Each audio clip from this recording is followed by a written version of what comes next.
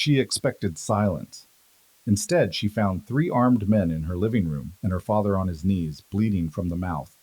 The man in the tailored suit sitting in her dead mother's chair didn't even look up when she entered. "Miss Bennet," he said, voice smooth as expensive whiskey. "Your father owes me $300,000. He can't pay, but you can." Elena's hands were still shaking from losing a patient an hour ago. Now she was staring at a gun barrel and a man who looked like he'd never lost anything in his life. "I'm a nurse," she said. "I don't have that kind of money." He smiled then, cold and precise. "I'm not asking for money." That's when she knew her life was about to be sold to a man who collected debts the way other people collected art, without mercy, without hesitation, and always in full. If you want to see how far a daughter will go to save her father, stay until the end, so I can see how far this story travels. Rotten. The apartment smelled like old coffee and her father's fear. Elena could taste both on her tongue as she stood frozen in the doorway, her scrubs still damp with someone else's blood. The three men positioned around her small living room weren't the kind you saw on street corners. These were professionals, expensive shoes, dead eyes, hands that rested too comfortably near concealed weapons. But it was the man in the chair who made her forget how to breathe. He sat in the faded floral armchair her mother had refused to replace, even when the springs started poking through. He looked wrong there, like a shark in a fishbowl. Everything about him was sharp. The cut of his charcoal suit, the line of his jaw, the way his dark eyes tracked her movement from door to carpet. Mid-30s, maybe. Black hair swept back from a face that would have been handsome if it held anything resembling warmth. "Miss Bennet?" He didn't stand, didn't offer his hand, just watched her with the kind of attention that made her skin crawl. "I'm Damien Valente. Your father and I have business." Harold Bennett made a sound that might have been a protest, but one of the men, bald, built like a concrete wall, cuffed him across the back of the head. The crack echoed. "Don't." The word came out harder than Elena intended. Her shift had been hell. She'd lost a 17-year-old kid to a gunshot wound despite 20 minutes of compressions that left her arms screaming. She'd held his mother while the woman fell apart. She didn't have space left in her chest for whatever fresh nightmare this was. "Don't hit him again." Damien's eyebrow rose a fraction. "Or what? Or I walk out that door and call the cops." "No, you won't. Because if you do, your father dies before they arrive. And you'll spend the rest of your life wondering if you could have saved him by staying." The words landed like a fist to the gut. Elena's hand tightened on her purse strap. The same purse that held her stethoscope, her dead phone, and the granola bar she'd never gotten around to eating. Her father was still on his knees, head down, shoulders shaking. He wouldn't look at her. "Dad." She kept her voice steady. "What's going on?" "He gambled," Damien said before Harold could answer. "Poorly. Borrowed from people who don't accept excuses. When they came to collect, he ran. The debt ended up with me. 300,000 plus interest, plus the inconvenience of tracking him down. 300,000. The number was absurd. Impossible. Elena made 48,000 a year and still had student loans that would outlive her. She looked at her father, really looked. The tremor in his hands, the way he'd lost weight, his shirt hanging loose, the yellow tint to his eyes that said his liver was failing. "I don't have it," she said. "I know." Damien leaned back, the chair creaking under him. "Your credit score is 642. You've got 12,000 in savings and about 70,000 in debt. You work 60-hour weeks at Mercy General, mostly night shifts. You live alone. No boyfriend, no social life to speak of. You visit your father every Sunday, even though he's a drunk who hasn't held a job in 4 years. The casual invasion of her privacy should have scared her. Instead, it just pissed her off. "You've been watching me. I watch everyone who touches my money. Due diligence." "I've never touched your money." "Your father did. That makes you relevant."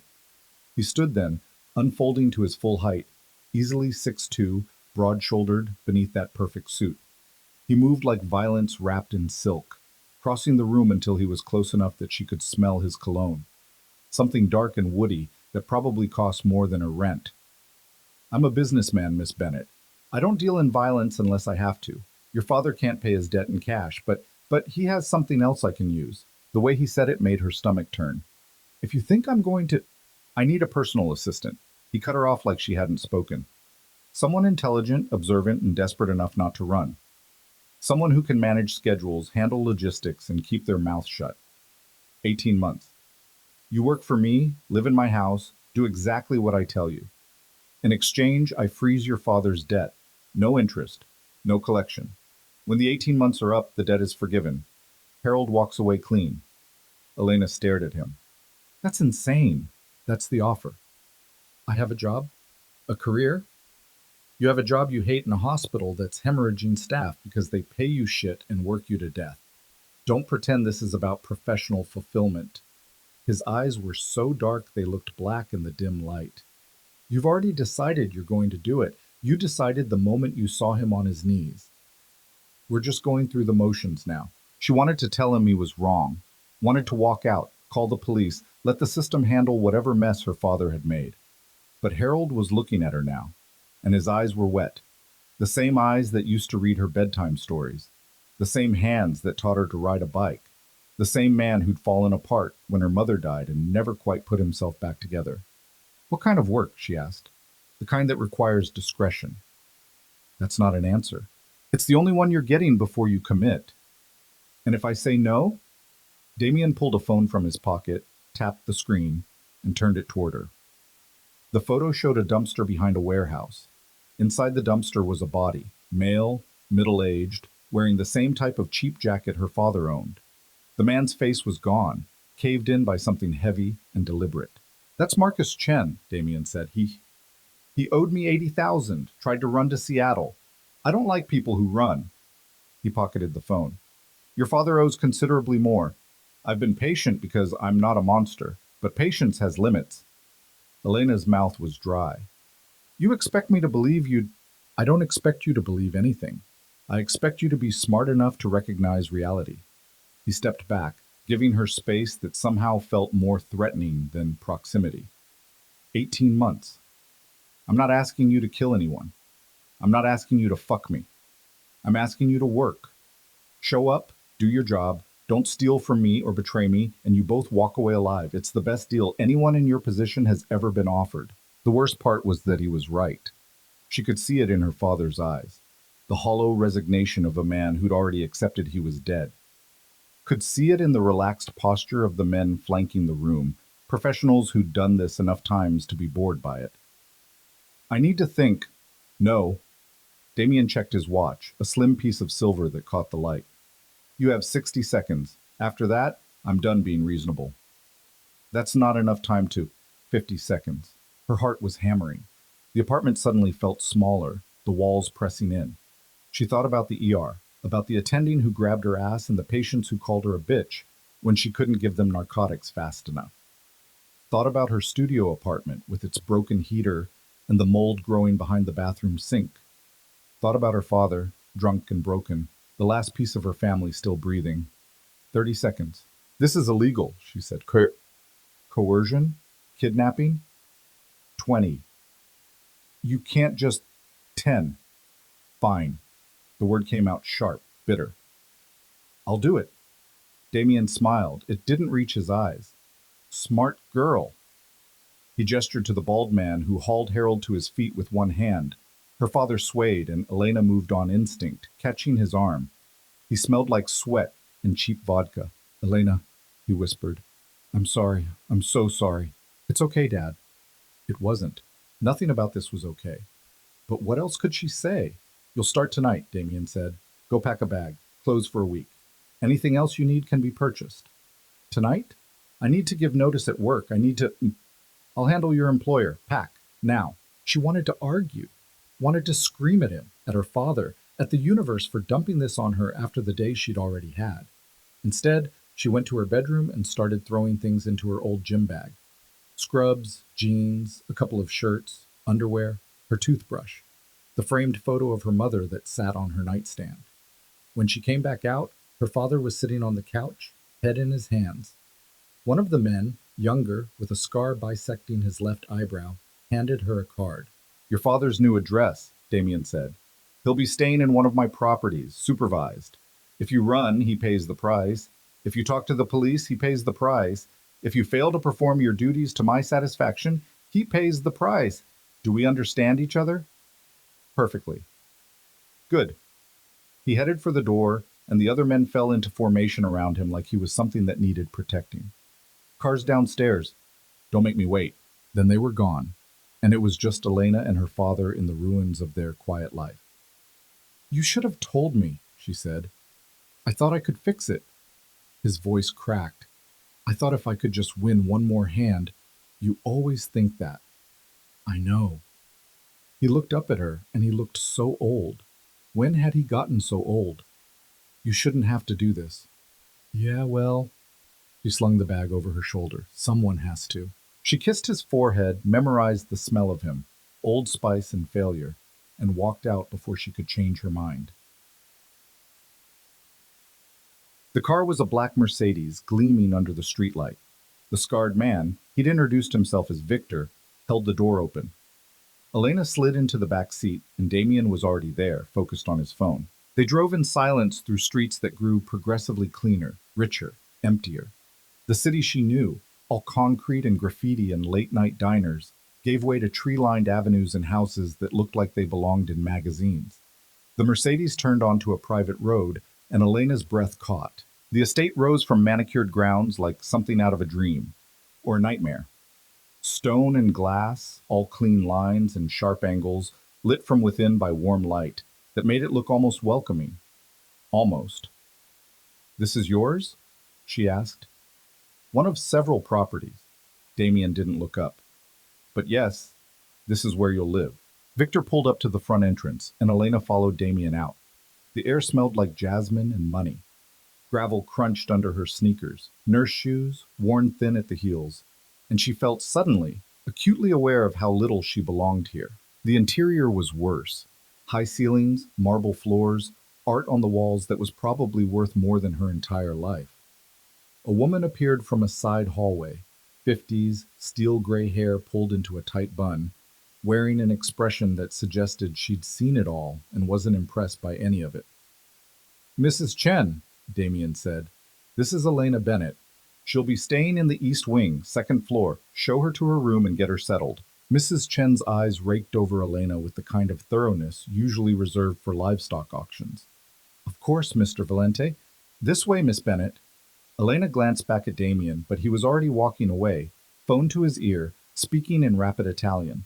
Victor caught her eye and nodded toward Mrs. Chen. Message received. Follow orders. Don't make trouble. The room Mrs. Chen led her to was bigger than Elena's entire apartment. King bed with white linens that looked professionally pressed. A sitting area with a couch and chairs. Floor-to-ceiling windows overlooking dark gardens. An ensuite bathroom with marble everything, and a shower that could fit 4 people. You'll find appropriate clothing in the closet, Mrs. Chen said. Mr. Valente prefers a certain standard of presentation for his staff. Breakfast is at 7. You're expected to be presentable and ready to work by 8. Mr. Valente will brief you on your duties tomorrow. Questions? About 1,000. Where's the kitchen? Staff eat in the dining room off the east corridor. I'll have someone show you in the morning. And Mr. Valente? What about him? Where does he sleep? Mrs. Chen's expression could have frozen water. That's none of your concern, Miss Bennett. I suggest you focus on your own responsibilities. She moved toward the door, then paused. A word of advice. Mr. Valente doesn't tolerate incompetence, disrespect, or disloyalty. Do your job, keep your head down, and the time will pass quickly. Make trouble, and you'll regret it. Then she was gone, and Elena was alone in a room that cost more to decorate than she'd earn in a year. She dropped her bag on the floor and sat on the edge of the bed. The mattress was like sleeping on a cloud. The silence was absolute. And for the first time since walking into her apartment and finding her life demolished, Elena let herself feel the full weight of what had just happened. She'd sold herself to a criminal, a man who showed her a photo of a corpse and expected her to fall in line, a man who now owned her time, her freedom, and, if she was honest, probably her life for the next 18 months. She thought about running, but where? Damien had made it clear what would happen to her father if she tried, and despite everything, despite the drinking and the gambling and the years of disappointment, she couldn't let Harold die because she wasn't brave enough to endure this. So she unpacked her pathetic little bag into drawers that smelled like cedar and lavender, hung her few clothes in a closet that was already full of things in her size: dresses, blouses, slacks, all expensive, all in colors that would photograph well: black, navy, charcoal gray. Nothing bright, nothing that drew attention. The bathroom had hotel quality toiletries and towels thick enough to sleep on.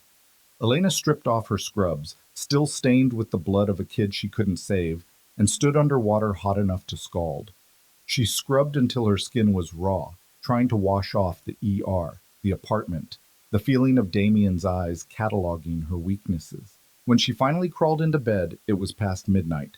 The sheets were cool and perfect. The room was dark except for ambient light from the grounds. And Elena lay there staring at the ceiling, wondering how the hell her life had turned into this. Somewhere in the house, a door closed. Footsteps echoed on marble. A man's voice, low and commanding, issued orders she couldn't quite hear. Damien Valente. Crime lord, debt collector. Her new employer. She'd worked for demanding bosses before. Surgeons with god complexes, administrators who treated nurses like furniture. But this was different. This wasn't a job she could quit. Wasn't a shift that would end in 12 hours with her walking out into sunlight and freedom. This was captivity dressed up in expensive sheets and marble bathrooms. And it was going to be her life for the next year and a half. Morning came too early and too bright. Someone knocked on her door at 6:30. A young woman in a neat black uniform who informed her breakfast was ready, and Mr. Valente expected her in his office at 8 sharp. The clothes in the closet fit perfectly, because of course they did. Elena chose black slacks and a charcoal blouse that made her look like she was attending a very professional funeral. The bathroom mirror showed her exactly what she'd become overnight: a woman playing dress up in someone else's life. Breakfast was served in a dining room that could seat 20, but currently held only her and Victor. He nodded at her over black coffee and said nothing. The food was incredible: fresh fruit, pastries that probably required a French degree to make, eggs cooked exactly how she liked them without her having to ask. She ate mechanically, tasting nothing. At 7:55, Victor led her through hallways that all looked the same until they reached a door of dark wood with brass fixtures. He knocked once. "Come in." The office was all leather and mahogany, bookshelves lining one wall, windows overlooking the grounds on another. Damien sat behind a desk that looked like it weighed more than a car, wearing another perfect suit, navy this time, with a white shirt open at the collar. He looked up when she entered, and his expression gave away nothing. "Sit." Elena sat in the chair across from him, waited. "Your duties are straightforward," Damien said. "You'll manage my schedule, coordinate meetings, handle correspondence, and accompany me to events that require a presentable companion. You'll live here, eat here, and be available whenever I need you. Your phone will be replaced with one I provide. Your movements will be tracked. Your communications will be monitored. You'll have supervised access to your father once a week. Any questions? What if I get sick? There's a doctor on call. What if there's an emergency? Such as? I don't know. A fire. An earthquake. The apocalypse." His mouth twitched. Almost a smile. Almost. "Then we'll deal with it. What about time off? You'll have Sundays. You can spend them however you like within the estate grounds." "So I'm a prisoner." "You're an employee with limited freedom. There's a difference." "Not from where I'm sitting." This time he did smile, and it was worse than his blank expression. "You have spirit. That's good. I don't want someone who'll break the first time things get difficult. Things are already difficult." "No, Miss Bennett, things are just beginning." He stood, came around the desk, and handed her a phone. "Your new number. The only contacts are people I've approved. Don't try to add others. Don't try to delete the tracking app. Don't try to be clever." She took the phone. It was newer and nicer than anything she'd ever owned. "You thought of everything." "I always do." He checked his watch. "I have a meeting in an hour. You'll sit in, take notes, and say nothing unless I ask you a direct question. Understood?" "What kind of meeting?" "The kind where people who owe me money explain why they haven't paid." Her stomach dropped. "I'm not watching you hurt people. I'm not asking you to watch. I'm asking you to be present and professional." His eyes went cold. You agreed to work for me, Elena. That means all of it, not just the parts you find palatable. I'm a nurse. I save lives. I don't. You're not a nurse anymore. You're my assistant. And you'll do what I pay you to do, or your father learns exactly how far my patience extends. He moved to the door, held it open. You have 30 minutes. Use the time to decide if you're brave enough to honor your word or weak enough to break it. Either way, I'll know. Then he was gone, and Elena was alone in his office with a phone that felt like a shackle and a choice that wasn't really a choice at all. She thought about the kid from last night, the one she couldn't save, how his mother had looked at her with eyes that said, "You were supposed to fix this. You were supposed to make it better." Elena was tired of being the person who was supposed to fix things, but she was here now, trapped by her own love for a man who'd never loved himself enough to stop destroying everything he touched. So she took a breath, squared her shoulders, and walked out to find wherever the hell Damien Valente kept his prisoners, because that's what they were, and she was one of them now.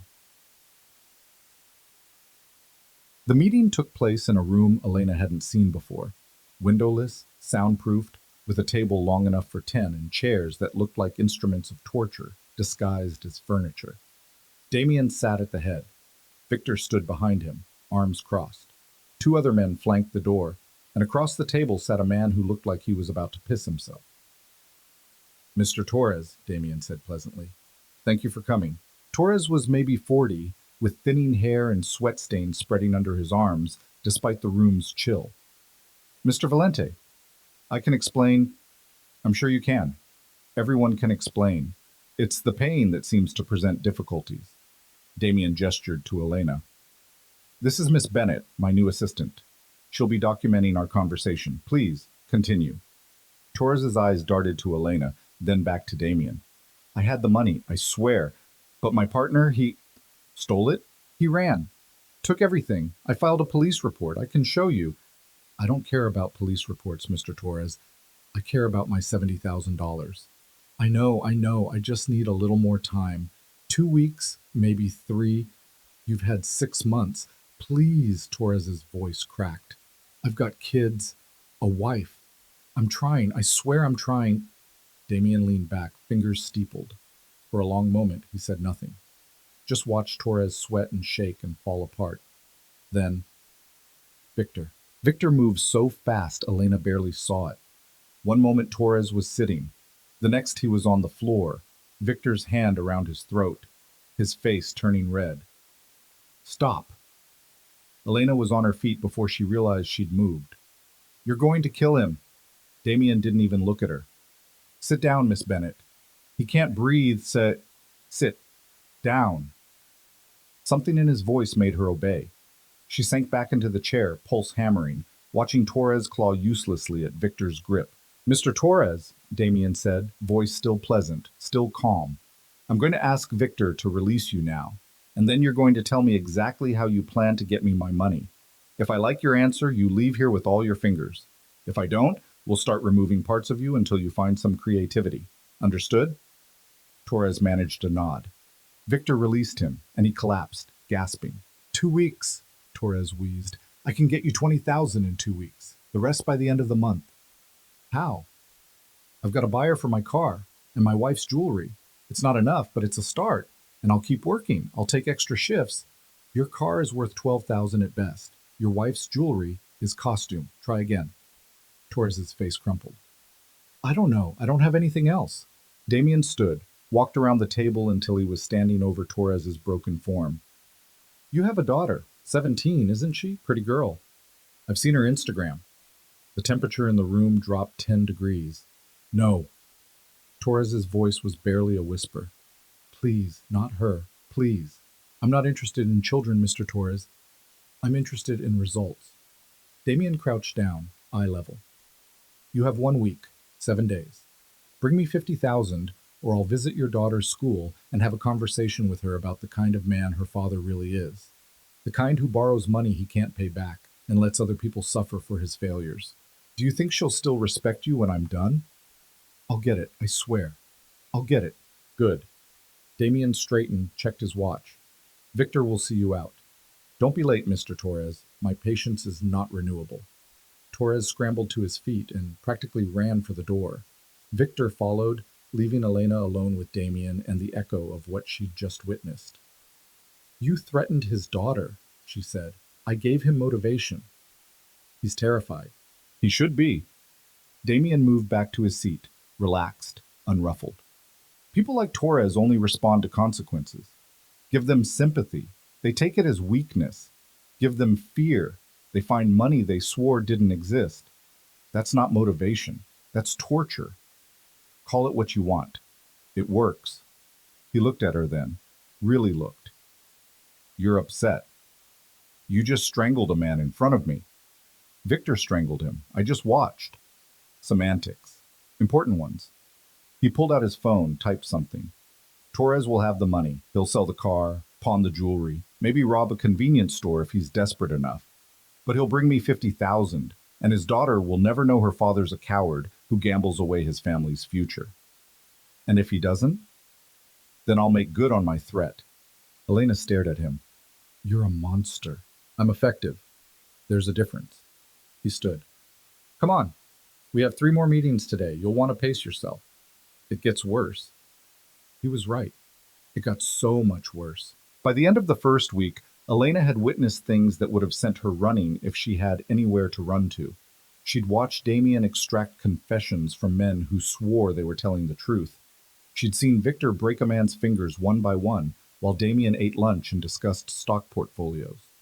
She documented debts in a leather-bound ledger that read like a catalog of human desperation, gambling addicts, failed businessmen, desperate fathers just like her own. And through it all, Damien remained unnervingly calm. He never raised his voice, never got his hands dirty. He simply watched, decided, and let other people carry out the violence his decisions required. The worst part was how quickly she adapted. By day 3, she stopped flinching when Victor pulled out his knife. By day 5, she could take notes without her hands shaking. By day 7, she was anticipating Damien's needs before he voiced them. Coffee at 9, the ledger before meetings, his phone charged and ready because he never remembered to plug it in himself. "You're learning," Mrs. Chen said one morning, catching Elena in the hallway outside Damien's office. The housekeeper's expression was still granite, but something in her eyes had softened, fractionally. "Most don't last 3 days." "Most? You're the 4th assistant Mr. Valente has brought here. The others ran." Mrs. Chen straightened an already straight painting on the wall. "One made it 6 days, packed her things in the middle of the night, and climbed out a window. Mr. Valente found her at a bus station in Jersey. He let her go. But her brother, who owed the debt she was working off, she didn't finish the sentence, didn't have to." Elena's stomach turned. "And the others?" "One lasted 2 weeks, couldn't handle the meetings, started having panic attacks. Mr. Valente sent her to a psychiatric facility and doubled her family's debt." Mrs. Chen moved down the hall, and Elena followed. "The 3rd one tried to steal from him. Took a jade sculpture worth 30,000 from his study. Thought he wouldn't notice." "What happened to her?" Mrs. Chen stopped at a window overlooking the gardens. "You don't want to know." But Elena did know. Could guess, anyway. And the knowing sat in her chest like a stone. "Why are you telling me this?" "Because you're different from them." Mrs. Chen turned to face her. "You don't cry. You don't complain. You show up, do the work, and keep your mouth shut. That's rare. Mr. Valente values competence above almost everything else. If you can stay competent and stay quiet, you might actually survive this." "Survive," Elena repeated. "That's the goal? Just survival? In this house, Miss Bennett, survival is victory." Mrs. Chen walked away, leaving Elena alone with that thought and the gardens stretching out below like something from a dream. Beautiful and isolated and completely out of reach. That afternoon, Damien called her into his office and handed her a different kind of assignment. "We're attending a charity gala tomorrow night," he said, not looking up from the contract he was reviewing. "I need you presentable."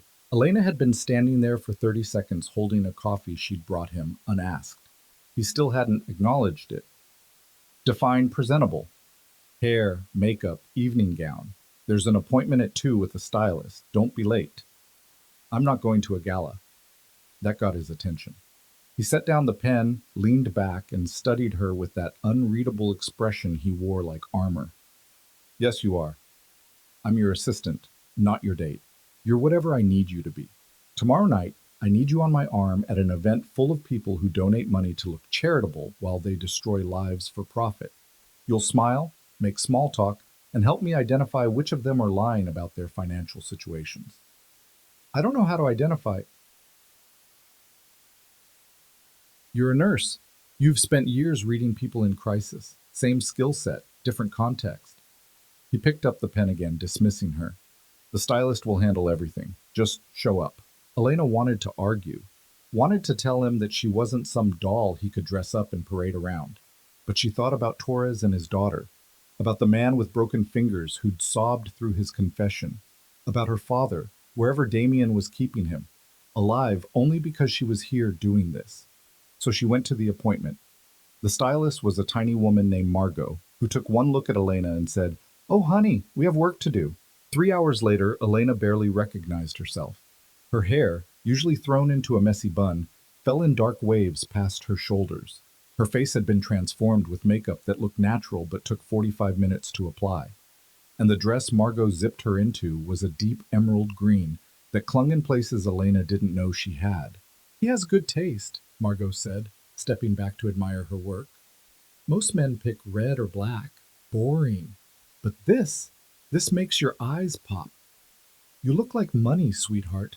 Expensive money." Elena stared at her reflection. The woman looking back was a stranger, polished, elegant, the kind of person who belonged at charity galas instead of working doubles in a trauma bay. "I look ridiculous," she said. "You look stunning. There's a difference." Margot packed up her supplies. "Word of advice? Don't let him see how much this bothers you. Men like Mr. Valente, they feed on weakness. You want to survive him? Be stone." The second person in 12 hours to talk about survival like it was the only option. That night, Elena couldn't sleep. She lay in her enormous bed staring at the ceiling, thinking about the gala and what Damien expected from her. She'd never been to anything like that, had never worn a dress that cost more than her monthly rent, had never had to smile and lie to people who could buy and sell her without thinking twice. Around 2 in the morning, she gave up and went looking for the kitchen. The house was different at night. Shadows in corners, the tick of expensive clocks, the sense of something watching from just out of sight. She found the kitchen more by luck than memory, a massive space of stainless steel and marble that looked like it belonged in a restaurant. And Damien was there. He sat at the island in a t-shirt and dark pants, barefoot, a glass of whiskey in front of him. No suit, no armor, just a man who apparently didn't sleep either. He looked up when she entered, and for a second something flickered across his face. Surprise, maybe. Then it was gone. "Can't sleep?" he asked. Apparently not. She moved to the refrigerator, found a bottle of water. "You?" "I don't sleep much." "Why not?" "None of your business." "Fair enough." She twisted the cap off the water, drank, tried to decide if she should leave or stay. The silence stretched. Not comfortable exactly, but not hostile either. "You did well this week," Damien said finally. "Better than I expected." "Thanks, I think." "Most people break by now, start crying or begging or trying to run." He took a sip of whiskey.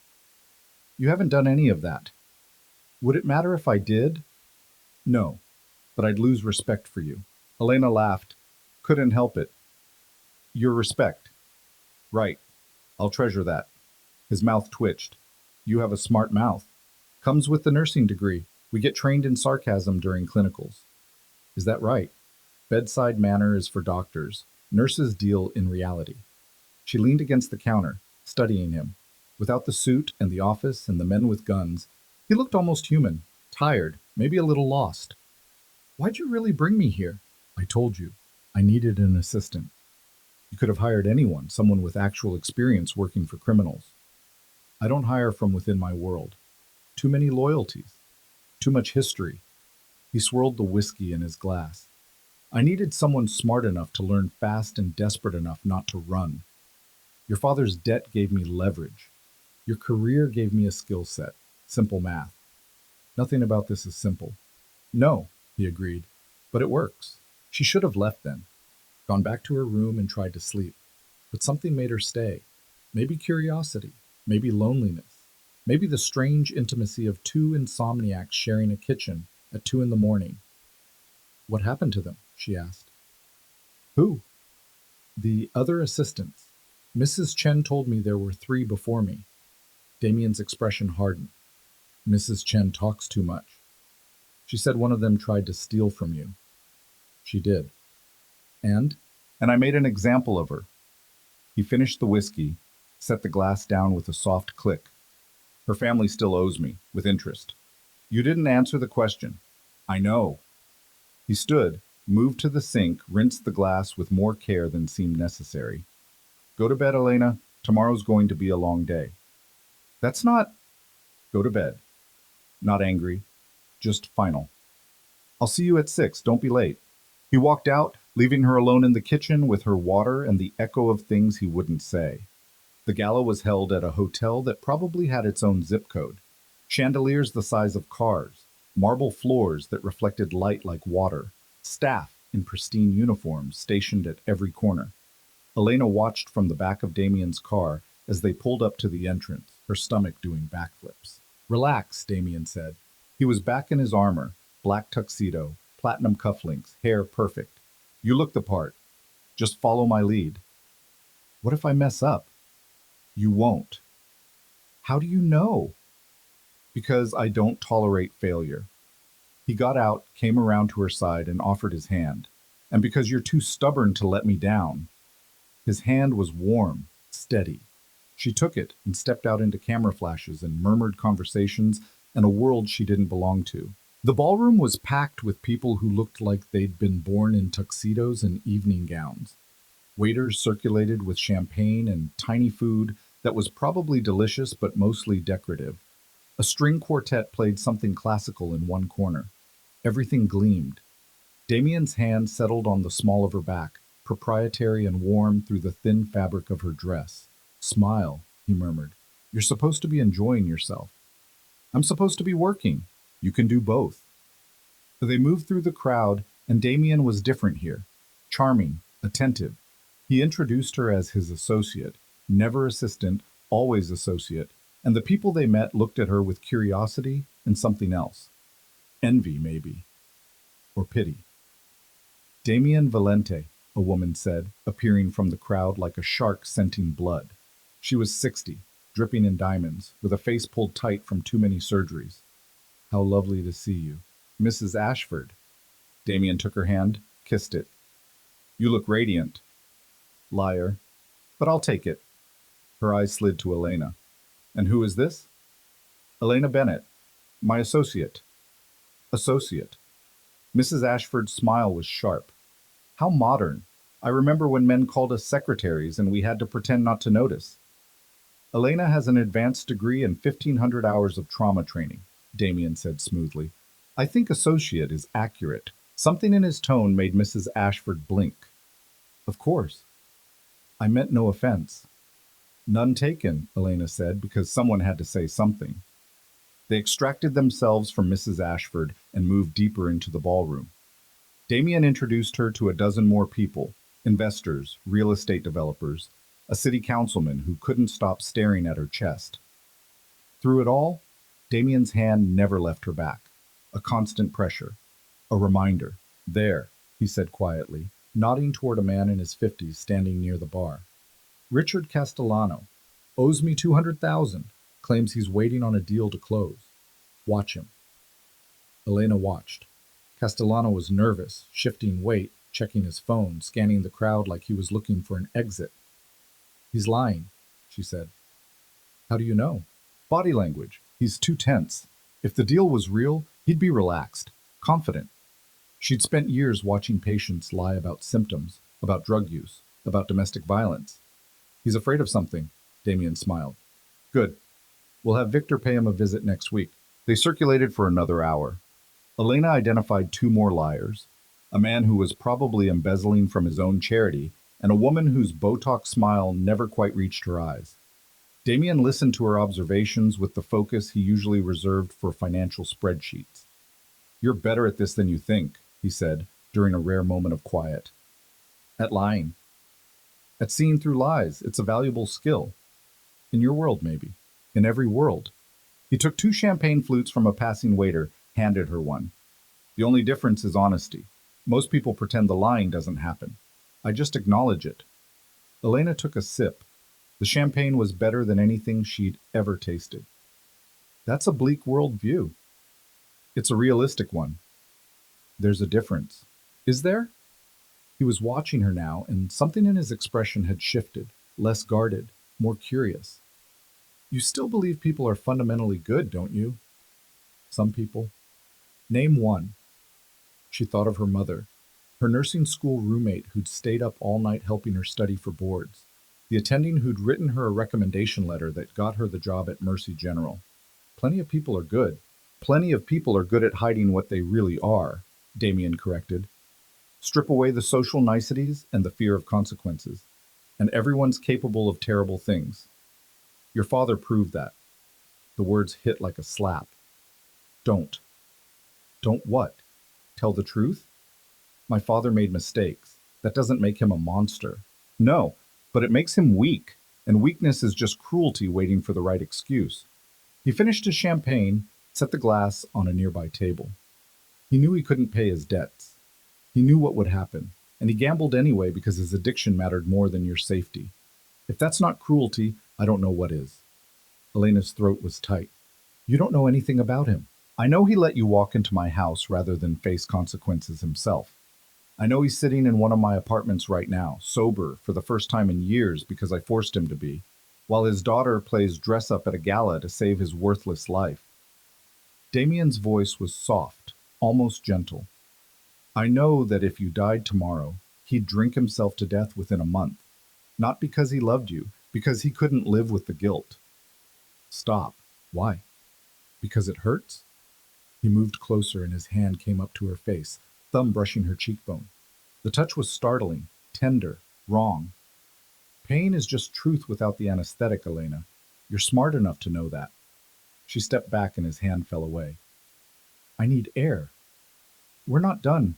But she was already moving, weaving through the crowd toward the French doors that led to a terrace. The night air hit her face like a shock, cold and clean after the perfumed warmth of the ballroom. She found a corner away from the other guests who'd escaped outside and pressed her hands against the stone railing. The city stretched out below, lights and noise and a million lives she'd never touch. He's not wrong, you know. Elena spun. A man stood a few feet away, maybe 40, with graying hair and a kind face that looked out of place among all the sharks inside. Excuse me? Damien. He's harsh, but he's not wrong. The man moved closer, hands in his pockets. Your father, I know him. Harold Bennett. We used to work together before he fell apart. Who are you? Michael Grant. I'm a friend. He smiled, and it looked genuine. Or I was, before Harold started borrowing from people he shouldn't have. I tried to help him, get him into treatment. But you can't save someone who doesn't want to be saved. Elena's instinct was screaming. Something was off. How do you know who I am? Damien introduced you to half the room, and you look like your mother. She was a lovely woman. I'm sorry about what happened to her. The mention of her mother made her chest hurt. She was sick. I know, cancer. I sent flowers to the funeral. I don't think Harold noticed. He probably hadn't. Her father had been drunk through most of the service, barely standing during the eulogy Elena had written because he couldn't. What do you want? She asked. To give you some advice. Michael's expression turned serious. Damien Valente is dangerous, more dangerous than you realize. Whatever arrangement you have with him, it won't end well. These things never do. I don't have a choice. Everyone has a choice. Not when someone's holding your family hostage. Then make a different choice. Walk away. I can help you. Get you somewhere safe. Help your father. No. She didn't know this man. Didn't trust his kind face or his convenient appearance. I appreciate the concern, but I'm fine. Elena. Elena. Damien's voice cut through the night like a blade. He stood in the terrace doorway, and even from 10 feet away she could feel the anger rolling off him. We're leaving. Michael's expression flickered. Fear, resignation, something else. And he stepped back. Think about what I said. Then he was gone, disappearing back into the ballroom. Damien moved to Elena's side, and when he took her arm, his grip was gentle but absolutely firm. Who was that? he asked. Michael Grant. He said he knew my father. Something dark crossed Damien's face. Stay away from him. Why? Because I said so. He guided her toward the door. We're done here. The ride back to the estate was silent. Damien stared out his window, jaw tight, radiating the kind of controlled fury that made Victor, driving, keep checking the rearview mirror. When they arrived, Damien got out and walked straight into the house without a word. Elena followed, confused and exhausted and still wearing the dress that cost more than a month's rent. She found him in his study, pouring whiskey like it was water. What was that about? She asked. Go to bed, Elena. Not until you tell me what's going on.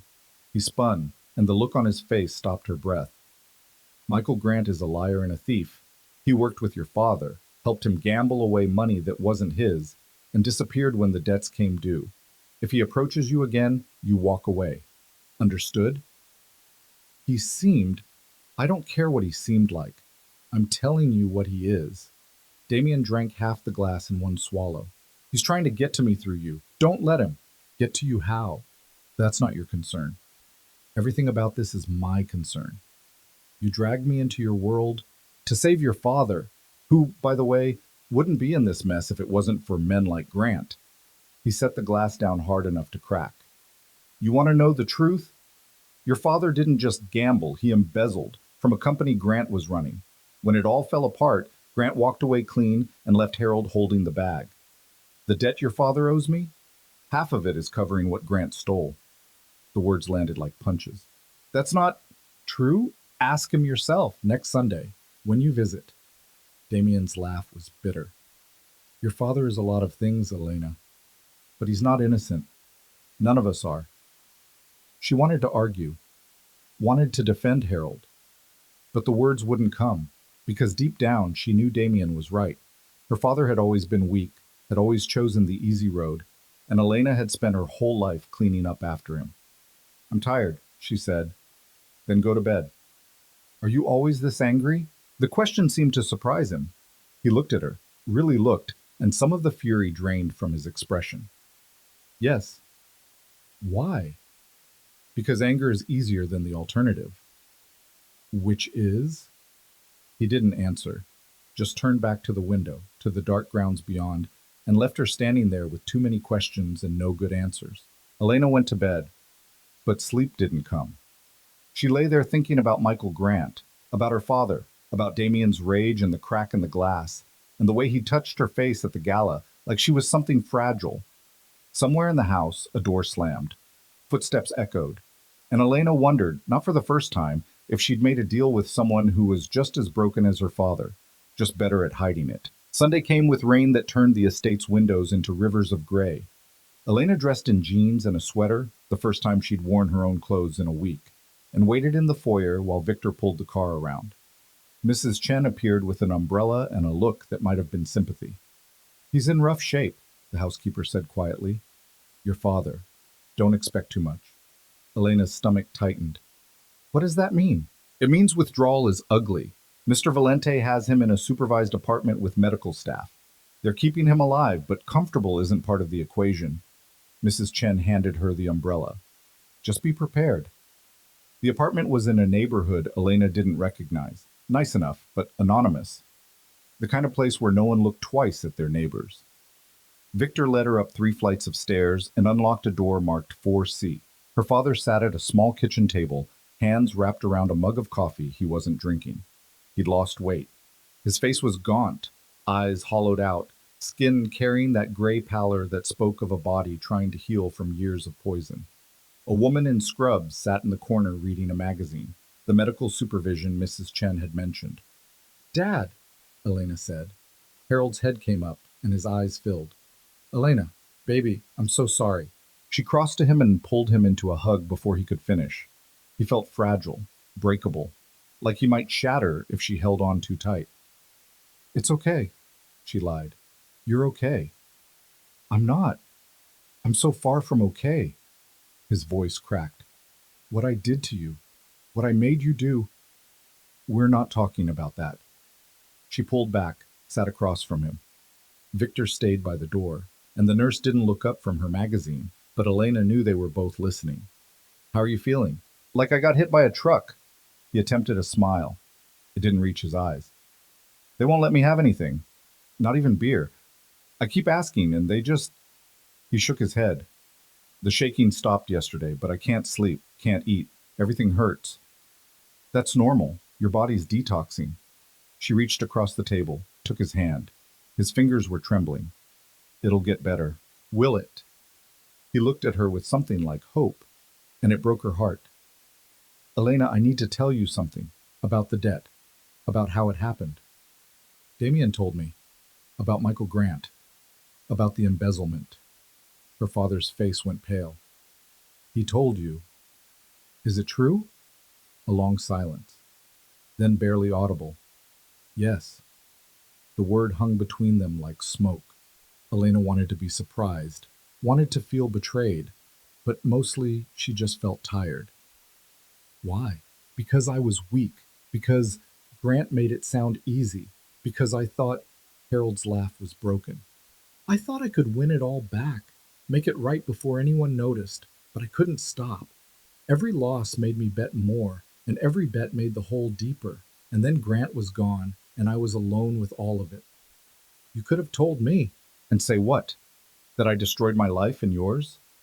That I stole from people who trusted me? His hands were shaking harder now. I wanted to fix it myself. I wanted to be the man your mother thought I was. But I'm not. I never was. Elena thought about her mother, the way she'd smiled at Harold even when he came home drunk, the way she'd made excuses for him to relatives, the way she'd died still believing he could change. Mom loved you anyway. She shouldn't have. Neither should you.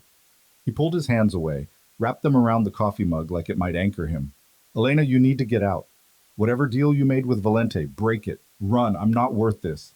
It's not about worth. It's about survival. Then let me die. I've been dying for years anyway. Stop it. Her voice came out sharper than intended. You don't get to give up now. I'm doing this. She gestured at the apartment, at Victor, at the whole impossible situation. I'm doing this so you can live. So don't you dare waste it. Harold's eyes were wet. You're so much like her. Your mother. Same fire. She would have left you, Elena said. The truth she'd never spoken aloud. If she'd lived long enough to see what you became, she would have walked away. I know. The acknowledgement hurt more than denial would have. Elena stood, suddenly needing distance. She moved to the window, stared out at the rain-slicked street below. Victor's reflection was a shadow by the door. The nurse had given up pretending to read. Damien said you worked with Grant, Elena said. What kind of work? Real estate development. Grant handled the money. I handled the permits and zoning. It was legitimate. For a while. Harold's voice was hollow. Then he started cutting corners, bribing inspectors, hiding code violations. I should have stopped him, should have reported it. But the money was good, and I told myself it wasn't my problem. When did it become your problem? When a building we developed collapsed. Faulty foundation. We'd skipped the deep pilings to save money. He was quiet for a long moment. 3 people died. Construction workers. The investigation found the violations, and Grant blamed me. Said I'd approved everything, forged my signature on documents. He disappeared, and I was left holding the lawsuits and the criminal charges. Elena turned. You went to prison? 18 months. Your mother told you I was working overseas. Didn't want you to know. His smile was bitter. When I got out, I owed everyone. Lawyers, settlements, the families of the men who died. I started gambling to try to pay it back. Obviously, that didn't work. The pieces were falling into place, puzzle parts Elena had been trying to ignore. And Damien? How does he fit? His father was one of the investors in Grant's company. Lost everything when it collapsed. Killed himself 6 months later. Harold met her eyes. Damien inherited the debt and the grudge. The room felt smaller, colder. Elena thought about Damien's anger, about the way he'd reacted to Michael Grant's name, about the rage that seemed to simmer just below his perfect surface. He's been hunting Grant, she said, for years. Grant moves around, stays ahead of him, but the people who worked with Grant, people like me, Damien makes sure we pay. One way or another.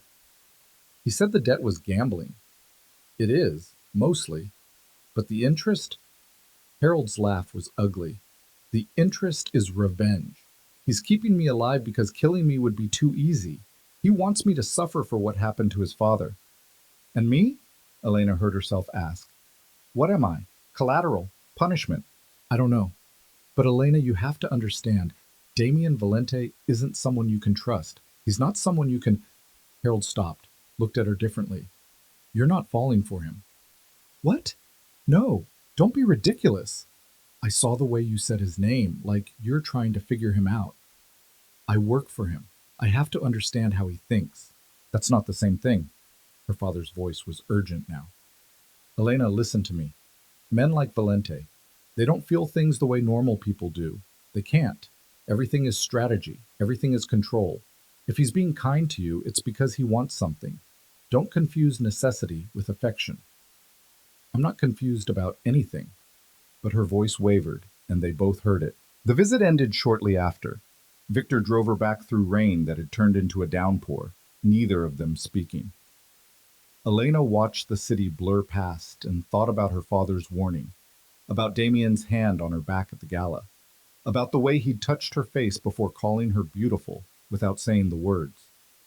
Mrs. Chen was waiting when they returned, holding a towel. Mr. Valente wants to see you, his study. Of course he did. Elena dried off and made her way through hallways she was starting to know by heart. She knocked once, heard his voice, and entered. Damien stood at the window, watching the storm. He didn't turn when she came in. How is he asked. Awful, but alive. That's more than he deserves. Elena moved closer, stood beside him at the window. The grounds were lost to rain and darkness. My father told me about your father. Now Damien did turn. His expression was carved from ice. Did he? About the building collapse. About the suicide. And you want to know if it's true. Not a question. Is it? Every word. He moved to his desk, poured whiskey into 2 glasses, handed her one. My father was a businessman. Legitimate, mostly. He invested in Grant's development company because the returns looked good. When it collapsed, he lost everything. His reputation, his savings, his standing in the community. 3 months later, he put a gun in his mouth. Elena took the glass but didn't drink. I'm sorry. Don't be. Sorry doesn't bring him back. Damien drank, refilled his glass. He was weak, just like your father. The strong survive. The weak get consumed. That's not fair. Life isn't fair, it just is. He was watching her now, and something in his gaze made her skin feel too tight. Your father warned you about me. Told you not to trust me. How did you... The apartment is monitored. Everything he says I hear. He smiled, and it was cold. He's right, you know. You shouldn't trust me. I'm using you to get to Grant. When he resurfaces, and he will, you're the bait. The words should have scared her. Instead, they just made her angry. You could have told me that from the beginning. Would you have agreed? No. Then what's the point of honesty? He set down his glass. I don't lie to you, Elena. I just don't tell you everything. There's a difference. That's the same thing. It's not. A lie is an active deception. Omission is just strategy. He moved closer, and Elena held her ground. You're angry. Of course I'm angry. You've been using me to save your father's life. Let's not pretend this is one-sided. His voice was soft, dangerous. You made a deal.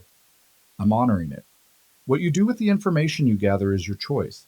But don't act like you're some innocent victim. You're here because you chose to be. I chose to save my father. Same thing. Elena wanted to hit him, wanted to throw the whiskey in his face and walk out. But she thought about Harold's trembling hands, about the nurse in the corner, about the fact that her father was alive only because she was standing here taking this. Why Grant? She asked instead. You have money, power.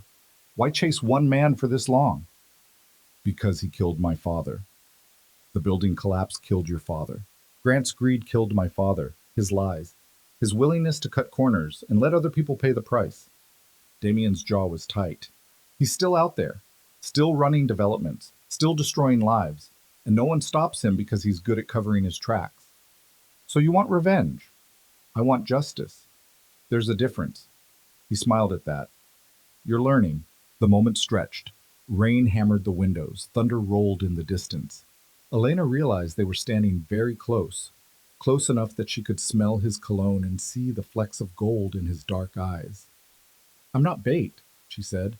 Everyone's bait for something. His hand came up, fingers brushing her jaw.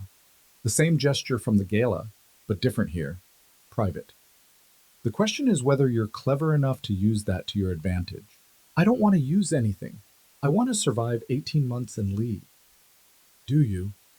His thumb traced her cheekbone. Because you're good at this. Better than you want to admit.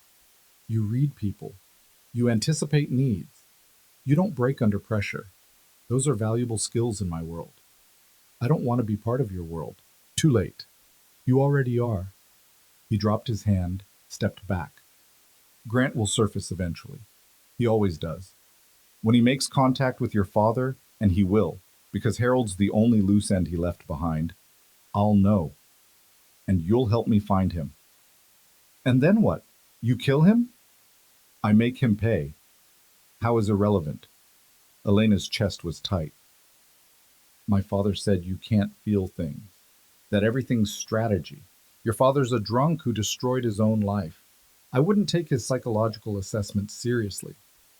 Are you capable of it? Feeling things? The question seemed to catch him off guard. For a moment, something flickered across his face. Then it was gone. What do you think? I think you're angry all the time. I think you don't sleep. I think you built this. She gestured at the office, the house, the empire beyond. All of this to fill a hole that nothing can fill, and I think you're lonely. Damien laughed, actually laughed. Lonely. That's your diagnosis? Am I wrong? Completely. But his eyes said otherwise. Go to bed, Elena. We have an early meeting tomorrow. She should have left, should have taken the dismissal and gone, but something made her stay. Do you ever regret it? The things you've done? No. Not even once? Regret is for people who have the luxury of choice. I do what's necessary. Always. He turned back to the window. Now get out. I'm done talking. This time Elena went. But she paused at the door, looked back. Damien stood silhouetted against the storm, and he looked exactly like what her father had described. A man who'd replaced feeling with strategy, who'd built walls so high nothing could get in, or maybe nothing could get out. The next 2 weeks fell into a rhythm. Meetings, documentation, the occasional gala or business dinner where Elena played the role of elegant associate. She got better at reading Damien's moods, at anticipating his needs, got better at watching men lie and seeing through their performances. And slowly, almost imperceptibly, the dynamic between her and Damien began to shift. It started small. Him asking her opinion on a contract negotiation. Her challenging his assessment of a debtor's intentions and being right. A conversation in the kitchen at 2 a.m. that lasted an hour and covered everything from philosophy to her nursing career to why he preferred scotch to bourbon. He was different when it was just them, less armored, almost human. You could go back, he said one night. They were in his study, Elena curled in one of the leather chairs with case files while Damien worked at his desk. To nursing, after this is over. Maybe. You miss it, parts of it. She looked up from the file. Not the politics, not the hospital bureaucracy, but helping people. Yeah, I miss that. You help people now. I help you extract money from desperate men. That's not the same thing, isn't it? Those men borrowed knowing the terms. You're just enforcing consequences. He set down his pen. Besides, half of them are lying. The other half are trying to. You're better than the alternative. What alternative? Victor with a baseball bat. Elena couldn't help it. She laughed. That's a low bar. But an honest one. He smiled, and it looked almost genuine. You're good at this, Elena, whether you want to admit it or not. That doesn't mean I want to do it forever. No one does anything forever. Something in his voice made her look up. He was watching her with an expression she couldn't read. 18 months, then you're free. That was the deal. And you always honor your deals? Always. She believed him, which was strange considering everything. But Damien, for all his faults, had never actually lied to her. Omitted, sure. Manipulated, definitely. But lied? No. What happens to my father? She asked. After the 18 months? The debt is forgiven. He gets to start over. Just like that? Just like that. Damien's expression hardened slightly. Though if he's smart, he'll stay sober and stay out of my city. I don't offer second chances twice. And me? What about you? Do I get to stay in your city? He was quiet for a long moment. If you want to. The answer felt significant somehow. Elena went back to the file, but the words blurred. She was hyper-aware of Damien across the desk, of the rain starting up again outside, of the strange intimacy of two people working in comfortable silence. It was dangerous. All of it. The comfort, the familiarity, the way her pulse jumped when he looked at her like she was something worth understanding. Her father's warning echoed, "Don't confuse necessity with affection." But sitting there in Damien's study with case files and whiskey and rain on the windows, Elena wondered if necessity and affection were always as separate as people claimed. 3 days later, everything changed. Elena was in the library, a room she'd discovered by accident, full of first editions and leather-bound classics that Damien probably never read, when she found the file. It was misfiled, tucked between art books where it didn't belong. The label read, Bennett, Harold, Original Assessment. She should have put it back, should have walked away. But her hands were opening it before her brain caught up. The first page was a financial breakdown, her father's debts, his income, his assets, standard. But the second page made her blood run cold. It was an internal memo dated 3 years earlier. Damien's handwriting, sharp and precise. Target confirmed. Harold Bennett, former employee of Grant Properties. Current location verified. Approach via gambling debts. Easiest vector for leverage. Recommend acquisition for intelligence purposes. Likelihood of Grant contact, 67%. Elena's hands were shaking. She flipped pages, found more memos, more documentation, a timeline showing how Damien had tracked her father for 2 years before making contact, how he'd waited for the debts to accumulate, how he'd bought them from smaller lenders, consolidating everything under his control. And then, near the back, a photograph. Her father and Michael Grant standing outside a building site, young, smiling, arms around each other's shoulders. The date stamp read 15 years ago, but it was the notation in the margin that made her stomach drop. Subject's daughter, Elena Bennett, 26, RN at Mercy General. No spouse, no children, minimal social connections. Potential leverage if primary target proves uncooperative. Secondary benefit. Grant known to have emotional investment in Bennett family. Daughter's presence may accelerate contact. The file slipped from her hands, landed on the floor with a sound like a gunshot. Damien had known from the beginning. Her father's debt wasn't random. The offer wasn't mercy. It was all calculated. Every moment, every conversation, every time he touched her face or asked her opinion, it was all part of a plan that started long before she walked into her apartment and found him sitting in her mother's chair. You weren't supposed to see that. Elena spun. Damien stood in the doorway, face unreadable. How long? Her voice sounded far away. How long have you been planning this? Does it matter? Answer the question. 3 years. He moved into the room, picked up the file. Since I confirmed your father worked with Grant. Since I realized he could lead me to the man who destroyed my family. You engineered his downfall. The gambling debts were real. I just made sure they ended up with me instead of someone who'd kill him outright. Damien's expression was calm. Too calm. Everything I told you was true. Your father did gamble, did embezzle, did let Grant walk away clean. I didn't create his problems, I just took advantage of them. You manipulated everything. You brought me here as bait. I brought you here as insurance. If Grant surfaces, if he makes contact with your father, you being here makes Harold cooperative, makes the information flow faster. He set the file on a nearby table. I was honest about that part. You said it yesterday. You didn't say it when you were sitting in my apartment threatening my father's life. Would it have changed your decision? Elena wanted to say yes, wanted to believe she would have walked away, but they both knew the truth. No. Then what's the problem? The problem is you lied to me. You made me think. She couldn't finish the sentence, couldn't voice what she'd been thinking in the study late at night. The conversations that felt real, the moments that felt like connection. Understanding crossed Damien's face. You thought we were building something. I thought you saw me as more than a tool. I do. Liar. Elenas, don't. She backed away and his hand fell short. You don't get to do this. You don't get to manipulate me and then act like I'm wrong for believing it. I never manipulated your feelings. Everything between us, the conversations, the trust, that was real. How would I know? How would I ever know what's real with you? Her voice cracked. You've been planning this for years. Every word out of your mouth could be strategy. Every moment could be calculation. Not every moment. He moved closer, and this time she didn't back away. I didn't plan for you to be smart. Didn't plan for you to challenge me or make me laugh or sit in my study at 2 in the morning talking about things I haven't discussed with anyone in a decade. I didn't plan to actually like you.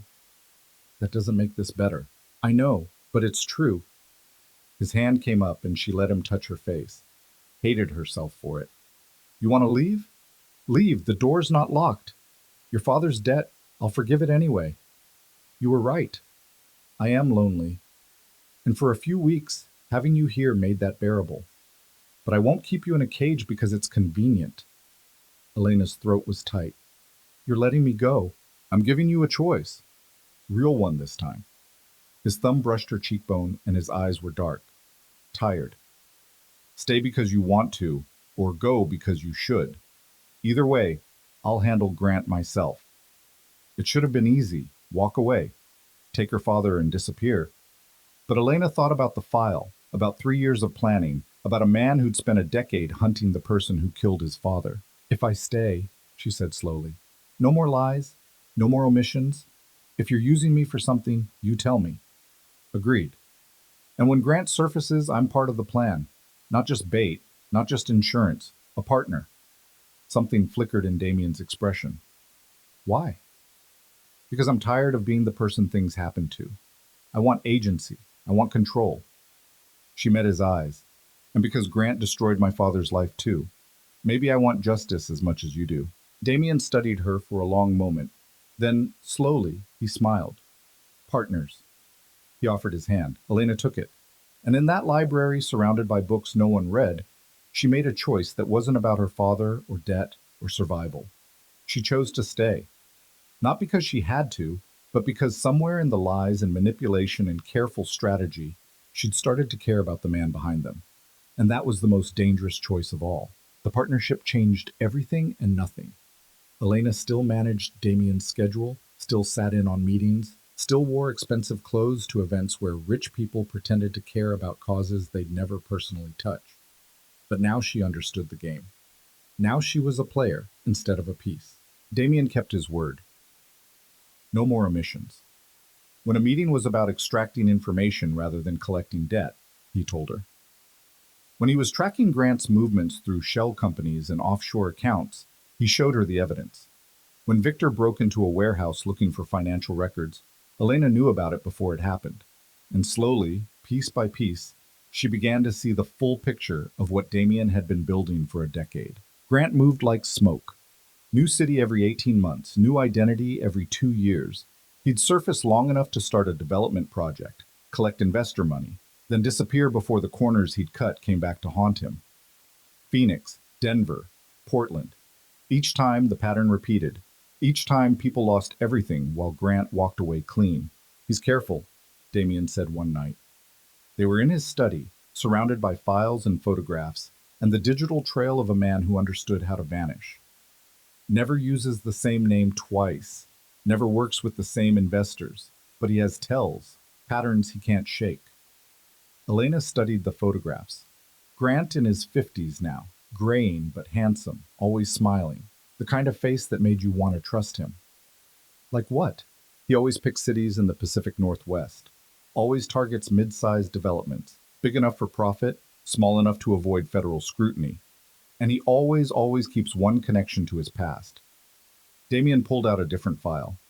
Her name is Rebecca Shaw. They were engaged 20 years ago before Grant started running.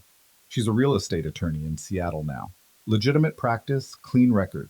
But every few years, Grant contacts her, uses her services for contract review. How do you know? Because I've been watching her for 8 years. He showed Elena bank records, phone logs, encrypted emails. She's careful too, never meets him in person.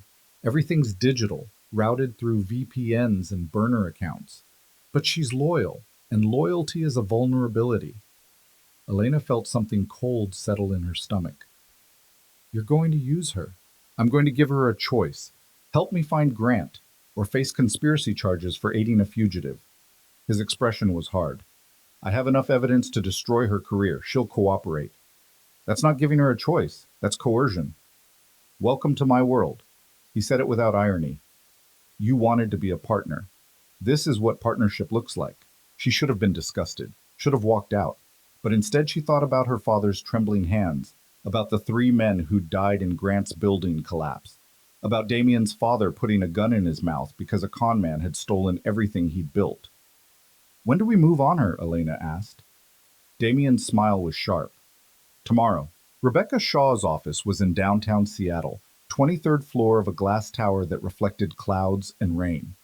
Elena wore a charcoal suit that cost more than her first car, hair pulled back, minimal makeup. She looked like exactly what she was supposed to be, Damien's associate, polished and professional. They didn't have an appointment, didn't need one. Damien had a way of walking into rooms like he owned them, and people just accommodated. The receptionist tried to stop them. Ms. Shaw is with a client. Tell her Damien Valente is here about Michael Grant. His voice was pleasant, conversational. She'll make time.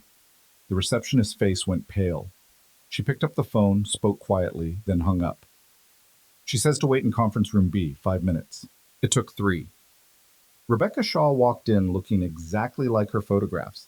Early 50s, auburn hair going silver at the temples, expensive suit, and tired eyes. She took one look at Damien and her jaw tightened. You have no right to be here. I have evidence of 8 separate instances where you facilitated contract negotiations for Michael Grant over the past decade. Damien set a folder on the table. That makes you an accessory to fraud, conspiracy, and, given that 3 people died in his last documented project, potential manslaughter charges. I'd say that gives me every right. Rebecca's composure cracked. She looked at Elena. Who are you? Someone who understands what it's like to protect people who don't deserve it.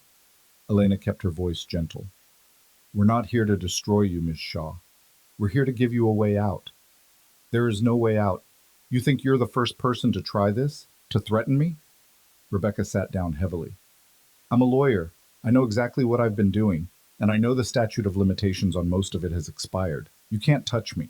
You're right. Damien opened the folder. About the old cases, but Grant's current project, the waterfront development in Portland, that's active. And you reviewed the contracts 4 months ago. I have the emails, the wire transfers, everything I need to prove you knew the permits were fraudulent. Rebecca's face went white. How did you? I've had access to your email for 6 years, your home computer for 3, your phone for 18 months. He said it like he was discussing the weather. I know about the offshore account, the safety deposit box in Vancouver, the fake passport you renewed last year just in case. He leaned forward. I know everything, Rebecca. The only question is what you're going to do about it. The silence stretched. Elena watched Rebecca's hands shake, watched her try to hold herself together and fail. What do you want? Rebecca finally asked. Grant's location, his current identity, how to find him. Damien's voice was calm. Give me that, and I walk away. You keep your career, your freedom, your life. Refuse, and I hand everything to the FBI. You'll be disbarred before the end of the month, in prison before the end of the year. He'll kill me. No, he won't, because he'll never know you gave him up. Damien pulled out a phone, set it on the table. This is secure, untraceable. You send me the information, I verify it, and we're done. Grant goes to ground, you go back to your life. And if the information is wrong, then I assume you're protecting him and we revisit our conversation with federal prosecutors present. Damien stood. You have 24 hours. After that, the offer expires. They walked out, leaving Rebecca sitting alone in a conference room with a phone and a choice that wasn't really a choice at all. In the car, Elena stared out the window at Seattle's rainy streets. She's going to give him up. I know. Just like that. 20 years of loyalty, gone. Loyalty ends where self-preservation begins. Damien was typing on his phone, probably already preparing for the next move. Grant taught her that lesson himself, years ago. He just didn't realize it would come back on him. What happened between them? He asked her to marry him. She said yes. Then he disappeared on a project that went bad and left her holding forged documents with her signature. She spent 2 years fighting disbarment charges. Damien looked up. She won, barely. And she's been helping him ever since because he convinced her she was complicit. That if he went down, she'd go with him. Was she? Complicit? In the beginning, no. Grant forged everything. But over the years helping him, that made it true. He pocketed the phone. That's how men like Grant work. They make you an accomplice slowly, piece by piece, until you're in too deep to escape. Elena thought about her father, about the first bet that became 100 bets, about how easy it was to slide from one bad decision into a life defined by them. Not everyone gets out. No. Damien's hand found hers squeezed once. But some do, if they're brave enough. The phone rang 18 hours later. Damien answered on the first ring, put it on speaker. Rebecca's voice was hollow. His name is David Morrison. He's in Portland, working on the waterfront project I mentioned. Lives in a condo downtown, drives a silver Lexus, has a girlfriend named Amanda who thinks he's a venture capitalist. A pause. He's planning to disappear again in 6 weeks. Collected most of the investor money already. Where's he keeping it? Offshore accounts. Cayman Islands, same as always. I can send you the routing numbers. Do it. Damien's expression was carved from stone. Anything else? He asked about Harold Bennett last month. Wanted to know if he was still alive. Rebecca's voice cracked. I told him I didn't know, but he seemed worried, said something about loose ends and old debts. Elena's blood ran cold. Damien's hand tightened on the phone. If he contacts you again, you call me immediately. Understood? Yes. Good. Send the account information, then delete this number and forget we spoke. The line went dead. Damien was already moving, pulling files, making calls. Elena stood frozen, Rebecca's words echoing in her head. He's coming for my father, she said. Not if we move first. Damien handed her a phone. Call Victor. Tell him to move your father to the safe house in the Catskills. No one in or out without my authorization. Damien, do it now, Elena. She made the call. Listened to Victor's calm acknowledgement, his assurance that Harold would be moved within the hour. Hung up and found Damien watching her. Grant knows your father's the liability, he said. The only person who can testify about the original fraud, who can tie him to the building collapse. If he's asking about Harold, it means he's planning to eliminate the risk. Then we use that. Elena was surprised by how steady her voice sounded. We let him think my father's vulnerable, draw him out. That's exactly what we're going to do. Damien pulled up a map of Portland on his laptop. But we control every variable. Grant thinks he's hunting. He's about to learn what it feels like to be prey. They flew to Portland the next morning. Private plane, because of course Damien had a private plane. Victor and 2 other men, Marcus and James, both former military, both carrying enough firepower to start a small war, came with them. Elena had never been to Portland. The city was beautiful in a clean, green way that made her think of coffee shops and bookstores and people who actually recycled. Strange backdrop for what was about to happen. Damien had rented a house in the West Hills, modern and anonymous with views of the city and mountains beyond.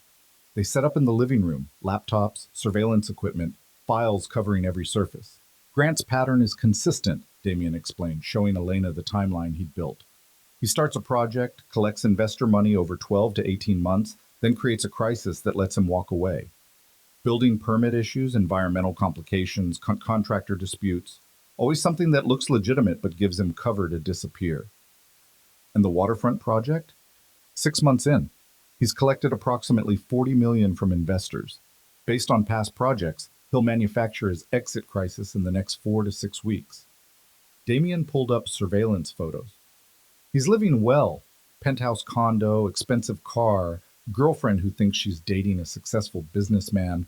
Same script, different city. What about Rebecca's information? The offshore accounts. Already frozen. I have people who specialize in financial warfare. His smile was cold. Grant's about to discover all his money is locked behind legal blocks that will take months to untangle. That'll make him desperate. Desperate people make mistakes. Elena studied the photos of Grant. He looked so normal. Middle-aged man with a nice smile and expensive watch. You'd never know he destroyed lives like they were disposable. How do we make him come after my father? She asked. We leak information that Harold's ready to talk to the FBI, that he's been offered immunity in exchange for testimony about the original building collapse. Damien was already typing. Grant's contacts in law enforcement will pick it up, verify your father's location, the old apartment, not the safe house, and Grant will move. He can't afford a witness. And then? And then we're waiting for him. The plan was simple in theory, complicated in execution. Victor and his team would stake out Harold's old apartment. Elena and Damien would monitor from a secondary location. When Grant showed up, and he would, because men like him always chose violence over risk, they'd have him. But 3 days passed with no movement. Grant went to his office, came home, had dinner with Amanda at expensive restaurants. Normal. Boring. Like he wasn't planning murder. He's too calm, Elena said on the fourth night. They were in the rental house, watching surveillance feeds on multiple screens. If he believed the leak, he'd be panicking. He is panicking. He's just good at hiding it. Damien pointed to a feed showing Grant in his condo. Watch his hands. He keeps checking his phone, checking the locks on his door. He's preparing, just being careful about it. Or he knows it's a trap. Impossible. The leak looked legitimate. Rebecca won't have warned him. She's too afraid of what I'll do to her. Damien leaned back, frustration creeping into his voice. He'll move. We just have to be patient. But patience was hard when you were waiting for someone to try to kill your father. Elena spent the days reviewing case files, learning everything she could about Grant's history. And the more she learned, the angrier she got. Building collapses, fraudulent permits, investors who'd lost their life savings, workers who'd been injured on sites where Grant had cut safety corners. A trail of destruction 20 years long. How did he get away with this for so long? She asked Damien one afternoon. Money? Lawyers? Careful planning. He was working on his laptop, tracking financial movements. And because he's good at disappearing before consequences catch up. By the time people realize they've been conned, he's already gone. New city, new name, new victims. Someone should have stopped him years ago. Someone tried. Multiple someones. They all failed. Damien looked at her. That's why I'm not leaving this to the legal system. The legal system let him walk away a dozen times. I'm going to make sure he doesn't walk away from this. The certainty in his voice should have worried her. Instead, it just made her want to help him succeed. On the sixth night, Grant finally moved. Victor's voice came through the comm system at 2 a.m. We have movement. Black SUV, 2 occupants, approaching the apartment building from the south. Elena was awake instantly, running to the monitoring station they'd set up. Damien was already there. Multiple screens showing different angles of Harold's old building. Is it him? She asked. Confirming. Victor's voice was calm, professional. Driver is unknown. Passenger, positive ID. It's Grant. Damien's expression went cold and focused. Let them approach. Don't engage until they're inside the building. On screen, Elena watched 2 figures exit the SUV. Grant wore dark clothes, a baseball cap pulled low. The other man was bigger, moved like muscle. They approached the building, and Grant did something to the lock that made the door swing open. They're in, Victor reported, moving to stairwell. Wait for my signal. Damien was tracking their progress on a floor plan. Marcus James, cover the rear exit. I don't want anyone leaving that building until I say so. Elena's heart was pounding. This was it. After years of hunting, Damien was about to have Grant exactly where he wanted him. The 2 men climbed to the 4th floor, approached apartment 4C. The bigger one pulled out a gun. Elena could see it clearly on the surveillance camera Victor had installed in the hallway. Grant picked the lock. They entered the apartment and found it empty. Just furniture and silence, and the cameras recording their every move. Grant's face on the monitor was a study in confusion, then understanding, then fear. Now, Damien said. Victor and his team moved like choreographed violence. They came through the door fast and hard, weapons drawn, shouting commands. The big man tried to fight back, got hit with something that dropped him instantly. Grant put his hands up, face white. Secure them both, Damien ordered. We're coming to you. The drive across town took 12 minutes. Elena watched the city blur past and tried to process what was happening. They'd caught Grant. Actually caught him. After a decade of planning, years of hunting, Damien had his father's killer. The apartment was exactly as she'd left it months ago. Victor had Grant zip-tied to a chair in the living room. The big man was unconscious on the floor, Marcus standing over him with a weapon and zero expression. Grant looked up when Damien walked in, and recognition flashed across his face. Valente. His voice was steady, too steady. I should have known. You should have done a lot of things. Damien moved closer, and Elena saw the control it took for him not to lunge. Like face consequences instead of running. I don't know what you're talking about. The building collapsed 15 years ago. 3 men died because you cut corners and forged inspection reports. Damien crouched down, eye level. One of the investors you destroyed was Antonio Valente, my father. He killed himself 6 months later. Do you remember him? Grant's composure cracked. That wasn't... I didn't mean for anyone to die. You meant to steal. The deaths were just collateral damage. Damien's voice was soft, deadly. Just like Harold Bennett was supposed to be collateral damage tonight. You came here to kill a broken drunk because he might testify against you. He betrayed me. He trusted you, and you left him to take the fall for your crimes. Damien stood. How many others, Grant? How many lives have you destroyed because it was easier than being honest? I don't have to answer to you. Yes, you do. Damien nodded to Victor, who pulled out a phone and started recording. Because I'm not giving you to the police. I'm not letting lawyers and judges and a broken legal system give you another chance to walk away. I'm going to break you piece by piece until you confess everything, every crime, every victim, every life you ruined, and then I'm going to make sure everyone knows exactly what you are. Grant's face went gray. You can't, this is illegal. So was murder, so was fraud. So was every choice you made that brought you here. Damien pulled a chair over, sat down. We have time. All the time in the world. Victor's very good at his job. He can keep you alive and in pain for days if necessary, weeks even. So I suggest you start talking. Elena watched Grant break. It took 3 hours and methods she tried not to think about too hard. But eventually, he confessed everything. The building collapse, the forged documents, 20 years of fraud across a dozen cities, names, dates, accounts, all of it recorded, documented, impossible to deny.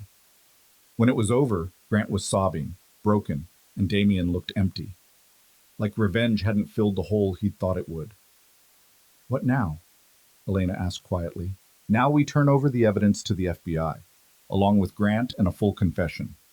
Damien stood, stretched. He'll spend the rest of his life in prison. His assets will be seized. His victims will finally have justice. That's it? After everything? What did you expect? For me to kill him? Damien's smile was bitter. I wanted to. For 10 years I wanted nothing more than to watch him die. But killing him would make me exactly what he is. Someone who solves problems with violence because it's easier than living with them. He walked out, leaving Elena alone with Grant and Victor and the wreckage of a decade-long hunt. She found Damien on the balcony, staring out at the city. Dawn was starting to break, painting the sky in shades of gray and pink. Are you okay? She asked. I don't know. His voice was raw. I thought I'd feel something. Relief, satisfaction, something. But I just feel tired. Elena moved beside him, took his hand. You did what you set out to do. You got justice for your father. Did I? He's still dead. Grant being in prison doesn't change that. Damien's laugh was hollow. I spent 10 years hunting a man who wasn't worth the hunt. Built an empire on revenge. And now that it's done, I don't know who I am without it. You're someone who keeps his promises, someone who protects people. She squeezed his hand. You're someone who gave my father a chance when he didn't deserve one. I used your father as bait, and you kept him alive, got him sober, gave him a reason to try. She turned him to face her. You're not a monster, Damien. You're just a person who got hurt and spent a long time being angry about it. But you can be someone else now, if you want to. He looked at her, and something in his expression cracked. What if I don't know how? Then we figure it out together. The moment stretched between them, fragile and real. Then Damien's phone rang, shattering it. Victor's voice was urgent. We have a problem. Grant's people found the safe house. They have Harold. Everything stopped. Elena couldn't breathe, couldn't think. Damien's face went white. How many? He asked. Unknown. They hit fast, took out our guards, grabbed Bennett, and disappeared. This was planned, coordinated. Damien was already moving, pulling Elena with him. Grant was the distraction. He has partners, people we didn't account for. They ran for the car, and Elena's mind was racing. Her father was gone, taken by people who wanted him dead. And it was her fault for thinking they'd won. Grant's bitter laugh followed them out. You think you're so smart, Valente, but you forgot the first rule. Always have insurance. Damien didn't answer, just slammed the door and drove into the dawn with Elena beside him and her father's life hanging in the balance. The hunt wasn't over. It was just beginning. The safe house had been compromised with surgical precision. 2 guards down, unconscious, not dead, which meant whoever took Harold wanted to send a message, not start a war. Victor's team found tire tracks, shell casings from tranquilizer rounds, and a single playing card left on the kitchen table. Ace of spades. Castellano. Damien said the name like a curse. He held the card between 2 fingers, jaw tight enough to crack teeth. It has to be. Elena remembered the name from weeks ago. Richard Castellano. The nervous man at the charity gala who'd supposedly owed Damien $200,000. The one she'd identified as lying about a business deal. You said Victor was handling him, she said. He was. We collected half the debt, gave him time for the rest. Damien crumpled the card. I didn't realize he was connected to Grant. Didn't realize Grant had been building his own network while I was building mine. Victor appeared in his doorway, phone pressed to his ear. I've got something. Traffic camera caught a white van heading north on Route 9 about 40 minutes ago. Plates are stolen, but it matches the timeline. Where does Route 9 lead? Hudson Valley. Lots of empty properties, foreclosed estates. Perfect place to hold someone. Damien was already moving toward the car. Elena followed, her heart hammering against her ribs. This was different from the controlled operation against Grant. This was chaos. Her father in the hands of people who had nothing left to lose. The drive back to New York took 3 hours that felt like 3 days. Damien made calls in Italian, in Russian, in languages Elena didn't recognize. Calling in favors, activating resources, transforming from the man she'd talked to on the balcony into something harder, colder. We'll find him, she said at one point. Damien didn't answer, just drove faster. By the time they reached the city, Victor had narrowed the location to 3 possible properties, all former Castellano holdings, all foreclosed after his business collapsed, all remote enough to avoid witnesses. They split up. Victor took one, Marcus and James took another. Damien and Elena headed for a mansion in Rhinebeck that had been sitting empty for 2 years. The house rose from overgrown grounds like something from a ghost story. Windows broken, paint peeling, the fountain in the circular driveway filled with dead leaves and stagnant water. But there were fresh tire tracks in the gravel, and lights flickering in a basement window. Stay in the car, Damien said. Not a chance. Elena, he's my father. I'm going in. Damien looked at her for a long moment, then handed her a phone. If anything goes wrong, you call Victor. You don't try to be a hero. Understood? She took the phone. Understood. They approached the house from opposite sides. Damien had a gun. When had he gotten a gun? Held low and ready. Elena felt exposed, vulnerable, completely out of her depth. But she kept moving because stopping meant thinking about what might be happening to her father in that basement. The back door was unlocked. They slipped inside to a kitchen that smelled like mold and rot. Damien moved through the house like he'd done this before, checking corners, listening for movement. Elena followed, trying to keep her breathing quiet. Voices drifted up from below. Male, arguing. Then a sound that made Elena's blood freeze, her father's voice, weak and pleading. Damien found the basement door, opened it an inch, peered down. Then he looked at Elena and mouthed, 3 men, your father. No clear shot. They needed a different approach. Elena's mind raced through options, discarding each one as impossible or suicidal. Then she remembered something from the ER. The way families would distract combative patients while nurses administered sedatives. Create chaos. Use the confusion. She pulled out her phone, set the timer for 30 seconds, and placed it on a table near the basement door. Turned the volume all the way up. Damien's eyes widened. He understood immediately. When the alarm went off, it would draw attention. Give them a window. They positioned themselves on either side of the door. 20 seconds.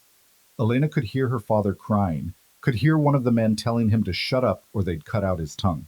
15 seconds. Her hands were shaking. 10 seconds. Damien's jaw was set, weapon ready. 5 seconds. The alarm shrieked, piercing and sharp. Footsteps pounded on the basement stairs. A man emerged, young, armed, confused by the noise. Damien hit him before he could process what was happening. The gun went flying, the man went down, and Damien was already through the door and descending. Elena grabbed the dropped weapon. Didn't think about whether she could use it, just followed. The basement was concrete and shadow. Two men stood over her father, who was zip-tied to a chair, face bloody, eye swollen shut. One of the men was Castellano, older than his photos, desperate looking, holding a knife. The other was younger, bigger, already reaching for his weapon. Don't! Damien's voice cut through the space. He had his gun trained on Castellano. I will put a bullet in your head before you finish that draw. The big man froze. Castellano's grip tightened on the knife. Let him go, Damien said. This is between us, not him. Everything is him. Castellano's voice was ragged. You think I didn't know?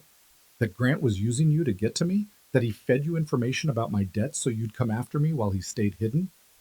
What are you talking about? Grant and I were partners. 10 years ago, before you started hunting him. He brought me in on a development deal, made me millions, then burned it all down and framed me just like he did everyone else. Castellano pressed the knife against Harold's throat. But I'm smarter than Bennett. I kept evidence, kept records. Grant needed me quiet, so he made a deal. Help him stay ahead of you, and he'd cut me in on his next score. Elena's mind was racing. That's why you acted nervous at the gala. You were feeding Damien information about yourself to make it look legitimate while reporting back to Grant. Smart girl. Castellano's smile was ugly. Grant knew you'd eventually catch up to him, so he prepared. Made sure when you did, you'd have leverage to negotiate with. Harold Bennett, the one person who could testify about the original building collapse. The one person whose testimony Grant couldn't afford. So this was all theater, Damien said. Grant getting caught, the confession, all of it designed to put us in a position where we'd have to trade. He confessed to crimes old enough that good lawyers can get them dismissed. But the waterfront development, that's active. That's federal. And without Bennett's testimony connecting Grant to the original fraud pattern, prosecutors have nothing. Castellano's hand was shaking now. So here's the deal. You give Grant immunity, make this all go away, and you get Bennett back alive. Refuse, and I kill him right now. Damien's weapon didn't waver. If you kill him, I have no reason not to kill you. Then we both lose. The standoff stretched. Elena could see the math playing out in Damien's head. Let Grant walk to save Harold. Or let Harold die to make sure Grant paid. She knew which choice the old Damien would make. The one who'd spent 10 years choosing revenge over everything else. But the man on the balcony, the one who'd admitted he didn't know who he was without the hunt. Maybe that man could choose differently. Elena, Damien said quietly, this is your call. The words hit her like a physical blow. He was giving her the choice. Her father's life for Grant's freedom. She looked at Harold, broken, bloodied, crying. The man who'd gambled away their future. Who'd chosen addiction over his daughter again and again. Who'd let her walk into Damien's house because he was too weak to face consequences himself. She should hate him, part of her did, but he was still her father. Still the man who'd taught her to ride a bike and read her bedtime stories and held her when her mother died. Flawed and broken and human. Let him go, Elena said. Grant walks. My father lives. That's the deal. Castellano's expression flickered. Surprise. Maybe respect. Smart choice. No, Damien said. Not yet. He looked at Castellano. You're right that we need Bennett's testimony. What you forgot is that we also have you. You just confessed to conspiracy, to kidnapping, to being an active partner in Grant's operations. We recorded everything." Castellano's face went white. He looked around the basement, spotted the phone in Elena's hand. She'd started recording the moment the alarm went off. "So here's my counteroffer," Damien continued. "You testify against Grant. Full cooperation, every detail of every operation you were part of. In exchange, witness protection and a reduced sentence. Refuse, and I give this recording to the FBI along with your location. They'll be here in 20 minutes. Grant will kill me. Grant's going to prison. He won't be killing anyone." Damien's voice was hard. "You have 10 seconds. Choose." The big man moved first. He dropped his weapon, put his hands up. "I'm out. Whatever deal you're making, I want in." Castellano looked at him, at Damien, at the knife in his hand. Then his shoulders sagged and the knife clattered to the floor. "Fine, I'll testify. Just get me away from him." Victor arrived with local police 30 minutes later. Castellano and his associate were taken into custody. Harold was loaded into an ambulance, Elena holding his hand while paramedics checked his vitals. "You came for me," Harold whispered. His voice was wrecked. "After everything, you came." "Of course I did." Elena's throat was tight. "You're my father." "I don't deserve you." "Probably not." She managed to smile. "But you're going to get me anyway, for a while longer at least." At the hospital, doctors confirmed what Elena had already guessed. Broken ribs, concussion, lacerations. Painful, but not life-threatening. They wanted to keep him overnight for observation. Elena sat with him until he fell asleep, then found Damien in the waiting room. He looked exhausted, tie loose, hair disheveled. More human than she'd ever seen him. "Grant's lawyer is already filing motions," he said, "trying to get the confession thrown out, claiming coercion." "Will it work?" "Not with Castellano's testimony. Between his records and Harold's potential testimony, we have enough to keep Grant locked up for decades." Damien leaned back, closed his eyes. "It's over. Actually over this time." Elena sat beside him. "How do you feel?" "Like I should feel something more than tired." He opened his eyes, looked at her. "I got him. After 10 years, I finally got him. And all I can think about is what comes next. What I'm supposed to do now that the thing that's defined my entire adult life is finished." "You could try living," Elena said. "Actual living, not just hunting and revenge." "I don't know if I remember how." "Then learn." She took his hand. "You've got time. For the first time in a decade, you have time." They sat in silence for a while, two people who'd started as captor and captive and become something neither of them had words for. "Your 18 months are almost up," Damien said eventually. "Another 3 weeks." Elena had lost track of the timeline. So much had happened that the original deal felt like ancient history. "I know. The debt's forgiven. Your father's free. You can leave whenever you want." "I know that too." "So what are you going to do?" It was the same question he'd asked in the library when he'd given her the choice to stay or go. The same question that had changed everything between them. "I don't know yet," Elena said honestly. "Ask me again in 3 weeks." Harold was released 2 days later with prescriptions and stern warnings about taking better care of himself. Damien arranged for him to stay in a different apartment, nicer than the supervised one, with a view of Central Park and no armed guards at the door. "I'm paying for this," Harold said when Elena helped him settle in. "Somehow. I'll get a job, work it off." "The debt's forgiven, Dad. You don't owe anything." "I owe you." His eyes were wet. "Everything I put you through, everything you had to do because I was too weak to face my own mistakes." "Yeah, you do." Elena wasn't going to lie about that. "But we're family. And family means showing up even when it's hard." "Your mother used to say that." "I know. She was usually talking about you." Harold laughed, then winced because it hurt his ribs. "I'm going to do better, I swear. Real treatment this time. Meetings. Whatever it takes. I'll believe it when I see it." But she squeezed his hand. "Start by getting some rest."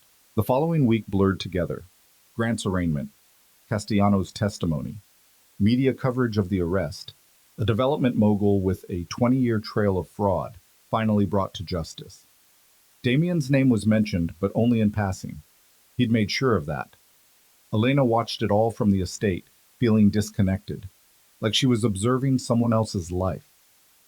Mrs. Chen found her in the library one afternoon, staring at the shelves without really seeing them. You look lost, the housekeeper said. I feel lost. Elena turned. For months, everything was about survival. Get through the day, protect my father, help Damien hunt Grant. Now it's all done, and I don't know what I'm supposed to do. What do you want to do? I don't know. That's the problem. She sank into a chair. I could go back to nursing, could leave New York entirely, could do a dozen different things, but none of them feel right. Mrs. Chen sat across from her, which was unusual. The housekeeper usually preferred to stay standing, ready to move. Can I tell you something? Please. I've worked for Mr. Valente for 12 years. I've seen him at his worst, angry, cold, completely consumed by revenge. And I've watched you change him. Mrs. Chen's expression was softer than Elena had ever seen it. He's different now, more human, like he's remembering how to be something other than angry. I didn't do that. Grant getting caught did that. No, you did it by being stubborn and honest and refusing to let him hide behind his armor. Mrs. Chen stood. He needs someone like you, someone who isn't afraid to tell him when he's wrong. And I think, if I'm reading this right, you need him too. Someone who sees your strength and doesn't try to diminish it. She left Elena alone with that thought. The 18th month mark came on a Tuesday. Elena woke up knowing it was the day, but not knowing what it meant. Damien was already gone. Early meeting with his lawyers about Grant's upcoming trial. She had breakfast alone, walked the grounds alone, spent the afternoon in the library, reading files she no longer needed to read. At 6, Damien's car pulled up. Elena watched from the window as he got out, spoke to Victor, then headed inside. She heard him moving through the house, heard his footsteps on the stairs. He knocked on the library door. Come in.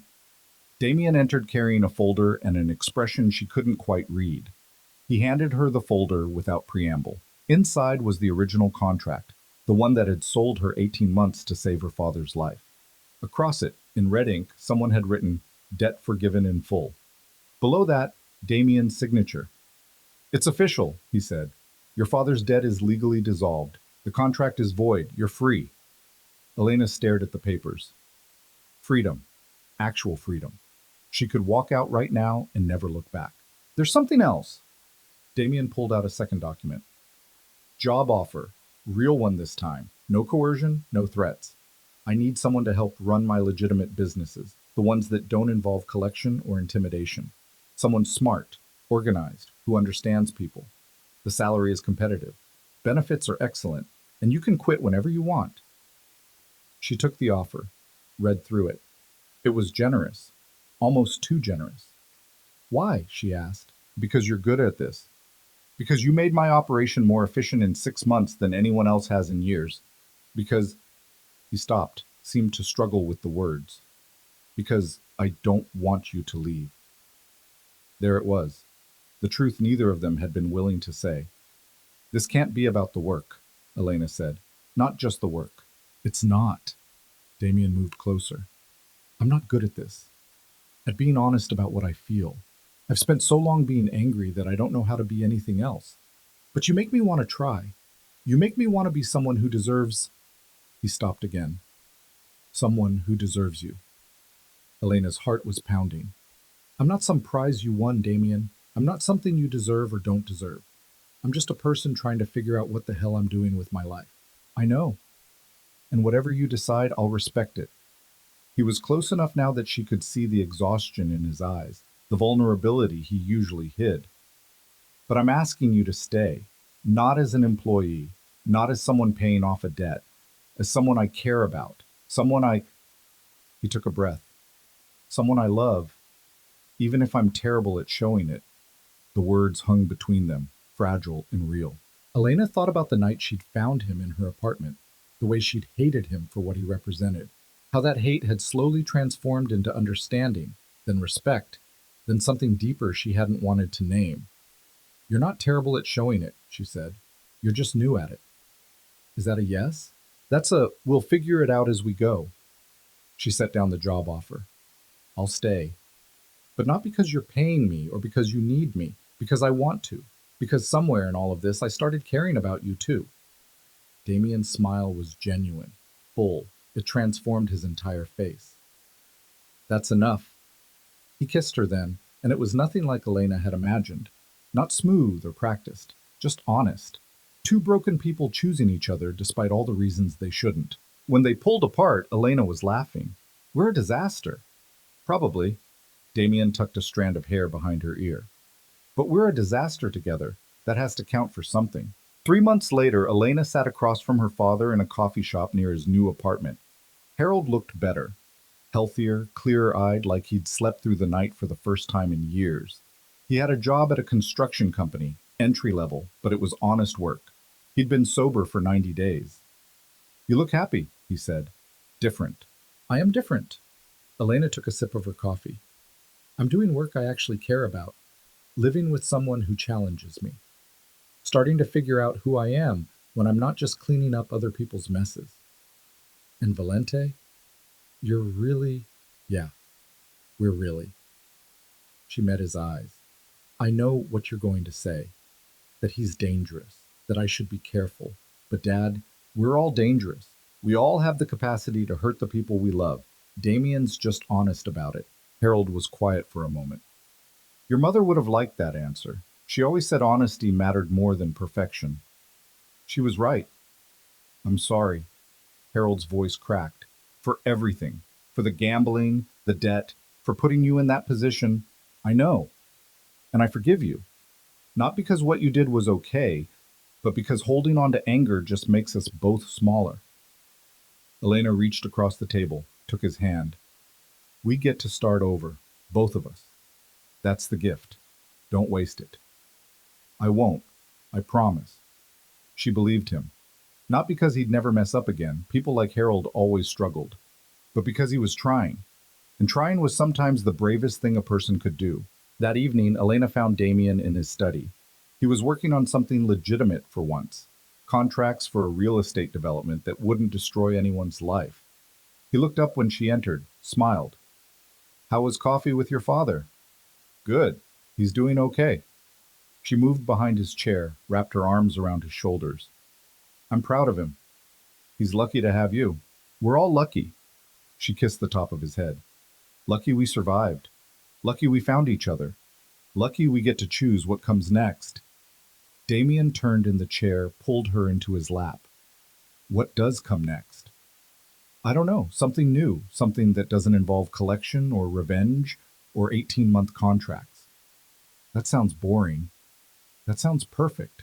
They sat like that for a while, comfortable in the silence. Outside, the sun was setting over the grounds. Inside, two people who'd started as enemies had found something neither expected. Not redemption, exactly. Neither of them had been innocent enough to need redeeming, but second chances. The opportunity to be better than who they'd been. To build something real from the wreckage of who they'd had to become just to survive. And in the end, that was enough. Elena had learned that people weren't good or bad. They were just people. Flawed and struggling and doing their best with broken tools. Her father wasn't a monster. He was weak. Damien wasn't a villain. He was wounded. She wasn't a victim. She was a survivor who'd learned to fight. The world was more complicated than debt and payment, justice and revenge. It was gray areas and difficult choices, and learning to live with the decisions you made even when they cost you something. But it was also coffee with your father on a Sunday morning. It was falling asleep next to someone who knew your worst and stayed anyway. It was waking up and choosing every day to be a little bit better than you were yesterday. It was messy and imperfect and utterly human. And Elena Bennett, former nurse, former captive, current partner to a reformed crime lord who was trying to learn how to live without anger, she was finally okay with that. She'd stopped trying to save everyone, stopped trying to fix what was broken beyond repair, started focusing on what could be built instead of what had been destroyed. Her mother used to say that family meant showing up even when it was hard. Elena had spent her whole life showing up for other people. Now, finally, she was showing up for herself.